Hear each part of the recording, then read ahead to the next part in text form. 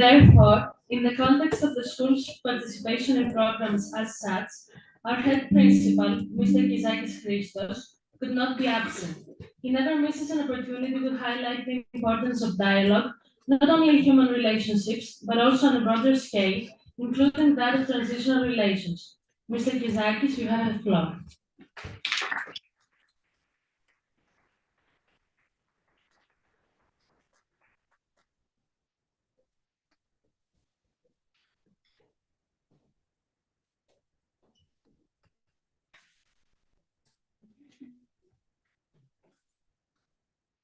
Mobile is forbidden, but I think today is another day. Dear all, a specter hovers over Europe and the whole world. The specter of the war. Without thinking, without the sense of responsibility, we have awakened from the bowl of the human history the monster of irrationality. An abyss separates our societies and states. We discover eternal hatred and we open the gates of the hell. We daily roar and dry out verbal fires, fortified behind certainties and ultimate truths. All over the world, even in the civilized West, the public discourse is dominated by extreme voices. In the upcoming elections, pollsters present as a fact the restoration of extreme political. The same war is found in social media, where people fortified behind anonymity cannibalize anyone who dares to express a different opinion.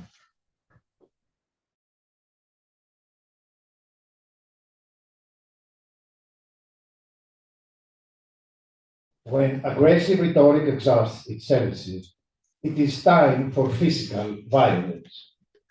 Where books burn, people will one day burn.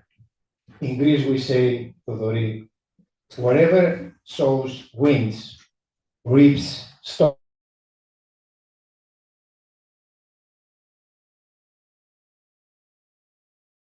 So, what's going on? Is the genius out of the box?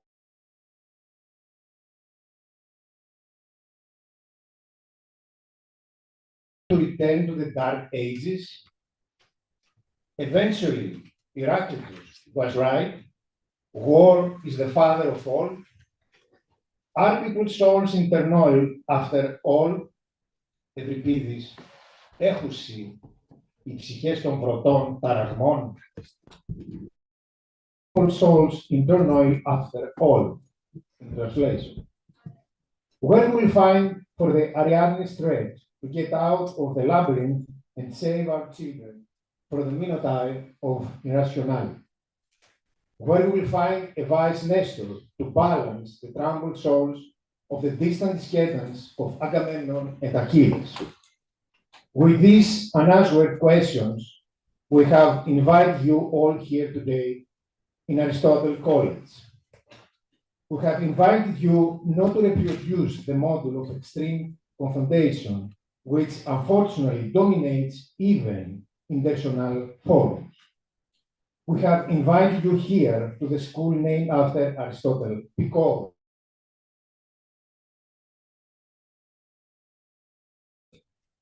virtue, said the Greek Macedonian philosopher, is the middle of the ground between the two extremes, lack and excess.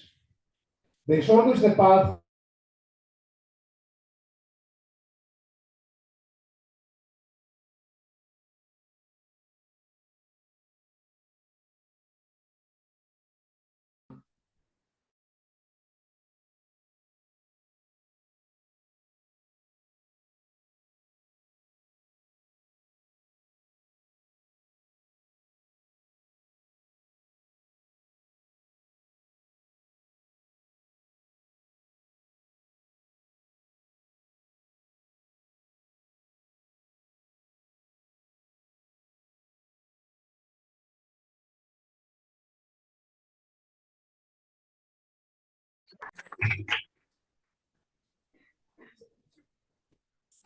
Today, all these young people have gathered to promote and defend the basic principles of democracy.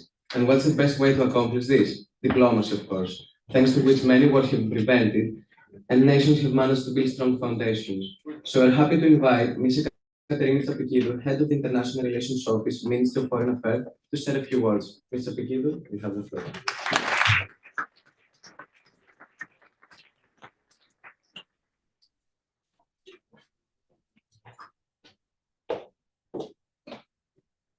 Καλημέρα σε όλους. Οι διοργανητές μου έδωσαν την επιλογή να μιλήσω είτε στα ελληνικά είτε στα αγγλικά. Και μια που στον ΟΗΕ μας αρέσει η συμφωνία, θα απευθυνθώ προς εσάς στα ελληνικά.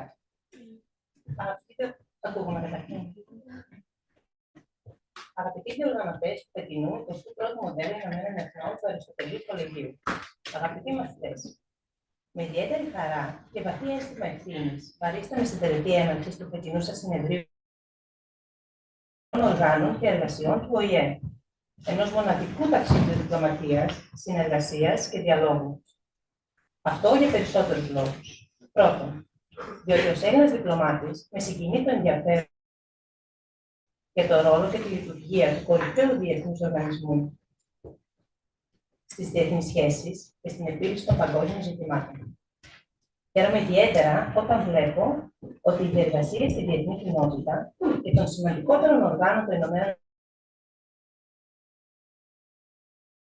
Εθνών, ΕΚΟΣΟΚ, UNICEF, ΠΟΗ, ασκούν βοηθεία στη σημερινή νεολαία.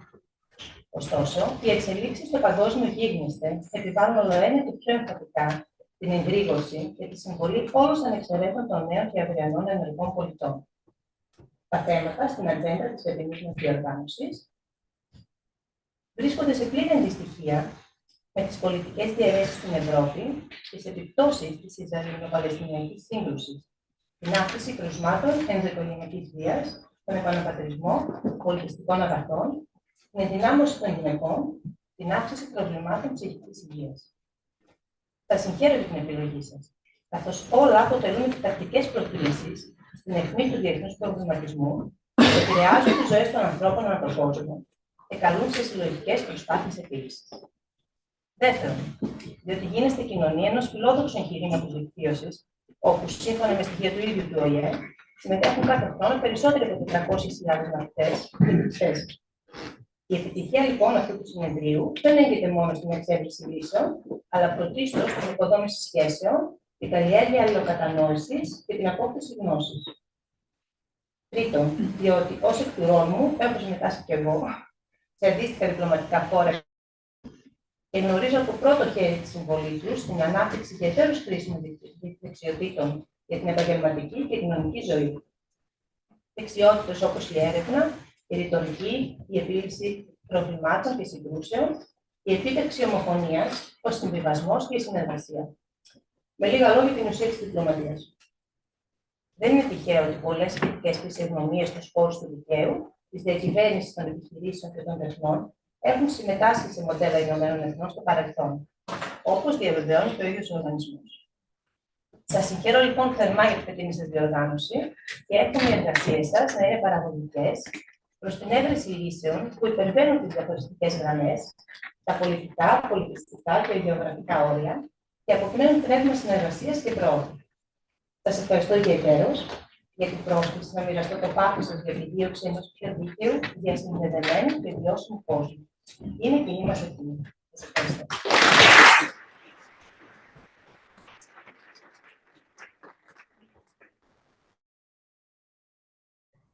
Dear advisors and grant directors and delegates, it is a pleasure to greet the members of the 21st Argentine Conference.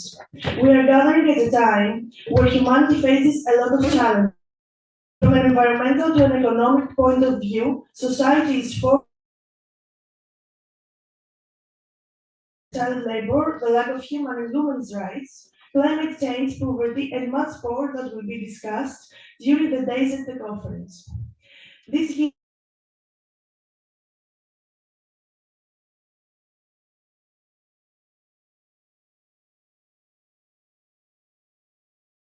that cover all aspects of everyday life, despite the socio-political differences they might have between them.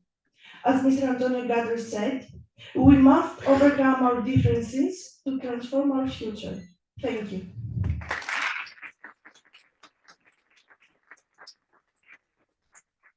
Now we're going to move on with the roll call. Argentina, Australia, Austria, Belgium, Brazil, Burkina Faso, Canada, China, Croatia, Cyprus, Czech Republic, Denmark, Egypt, Ethiopia, Finland, France,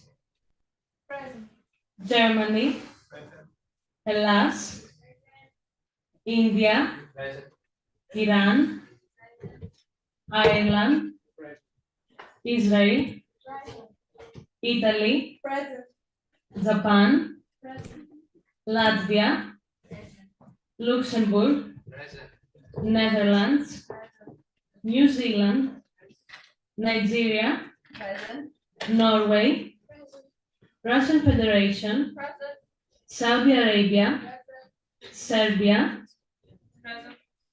Singapore, South Africa, Spain, Sweden, Switzerland, Ukraine, United Kingdom, United States of America.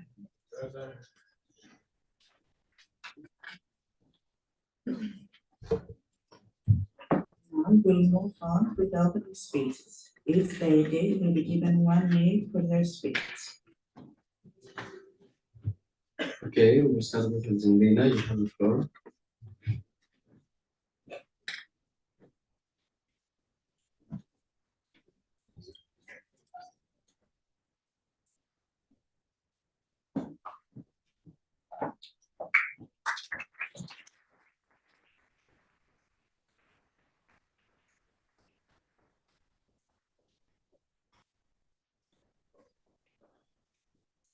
Most esteemed Secretary General, Madam President, distinguished guests, and fellow delegates. As a delegate and the ambassadors of Argentina, I am delighted to be part of the 21st Annual Argentine Conference. Furthermore, as a member of the UN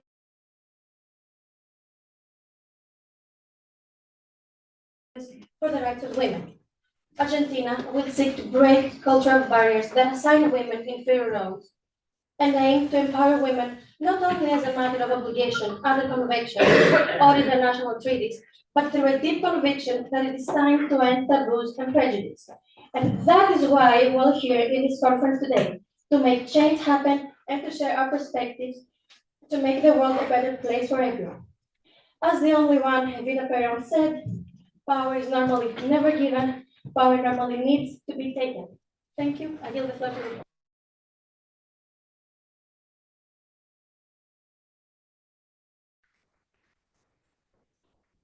Okay, now we move on with Australia. You have the floor.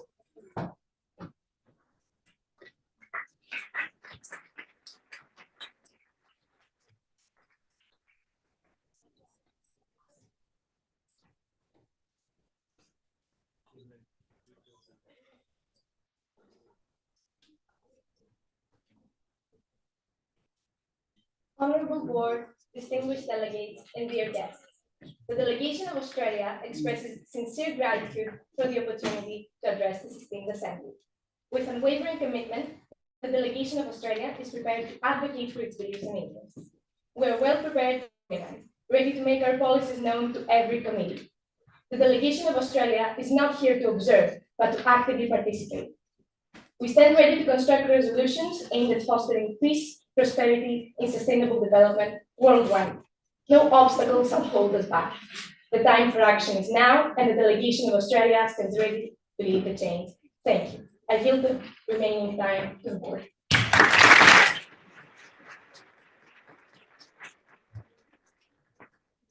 Okay, now Austria, you have the floor, and the next will be Belgium, so be prepared.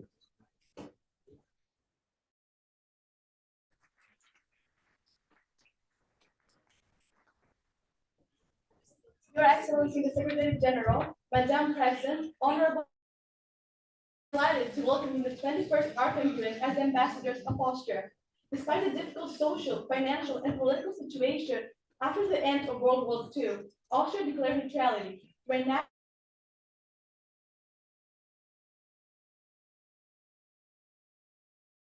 helped Austria to establish a modern country, acting as a negotiator between the Cold War opponents. And in the early 60s, Austria entered a period of consolidation. Major crisis events such as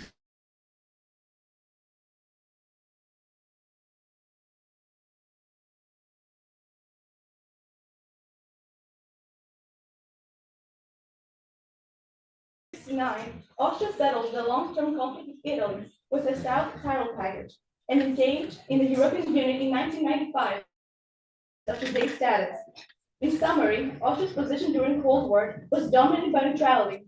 That became the cornerstone of developing a country that achieved one of the highest possible living standards.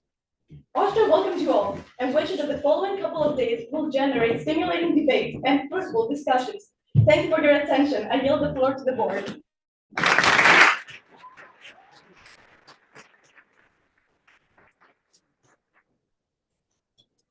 Belgium, you have the floor.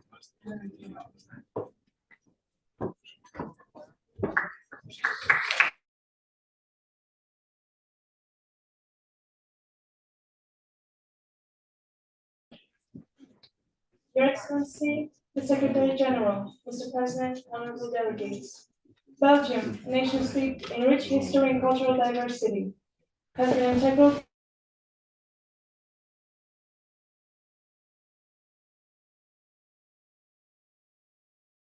has played a significant part in shaping the political and economic landscape of Europe.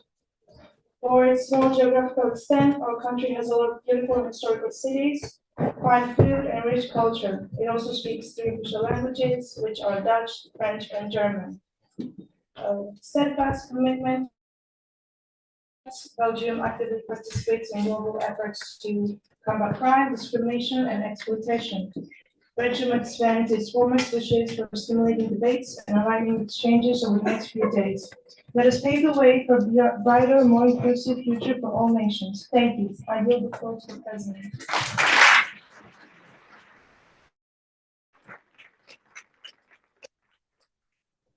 You have the floor.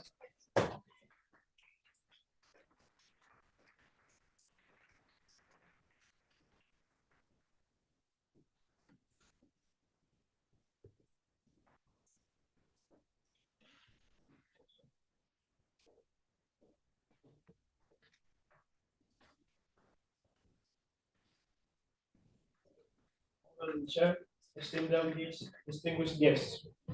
Gives me immense pleasure to address this nation of Brazil.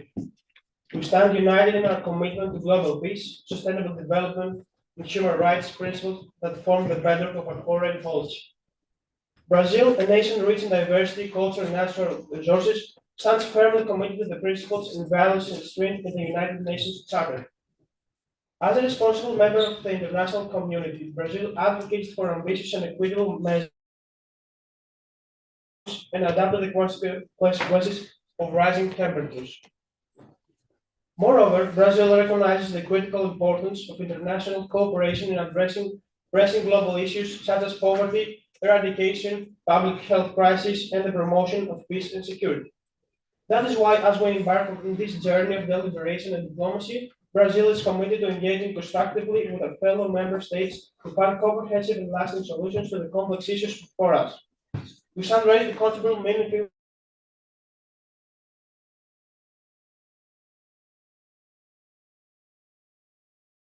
hands to tackle this urgent matter together, guided by mutual respect, shared responsibility, and a common vision for a greener, fairer, and more prosperous planet.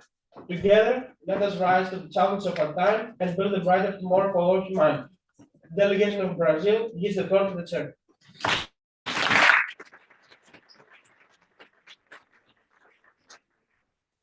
And now we're moving on with Burkina Faso.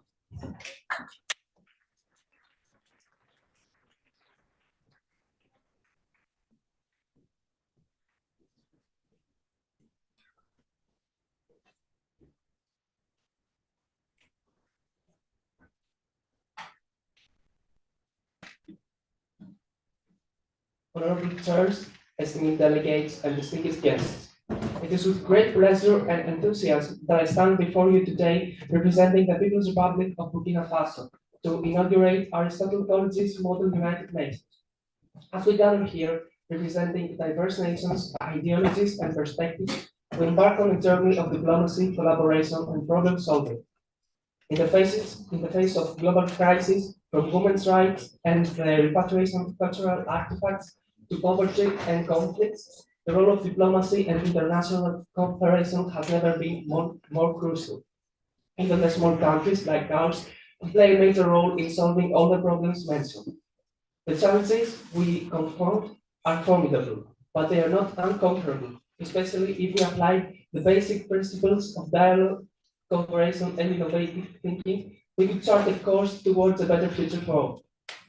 It is our responsibility as delegates to represent our countries and promote humankind as a whole. Our dedication, passion, and commitment to diplomacy serve as beacons of hope in a world too often marred by discord and division. As we embark on this journey together, let us be guided by the principles of the United Nations Charter: peace, justice, equality, and solidarity. Let's work determined on solving problems that affect us all, making our world a better place to live. The delegation of Burkina Faso wishes you fruitful debates, and we hope that through our cooperation, resolutions will be agreed upon which solve many of crucial global issues, such as the Cameroonian War of Independence. Thank you, and I would like to give the floor to the board.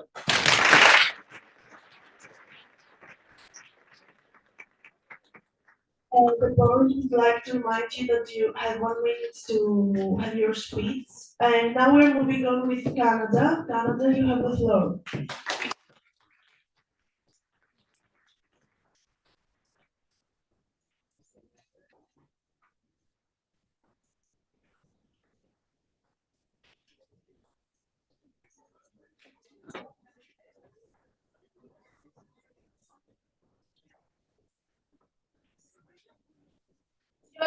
Your Excellency,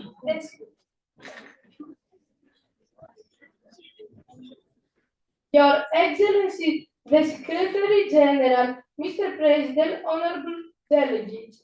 As the delegate of Canada, it is my privilege to address this estimated General Assembly on the pressing issues facing our world today, from the enduring conflicts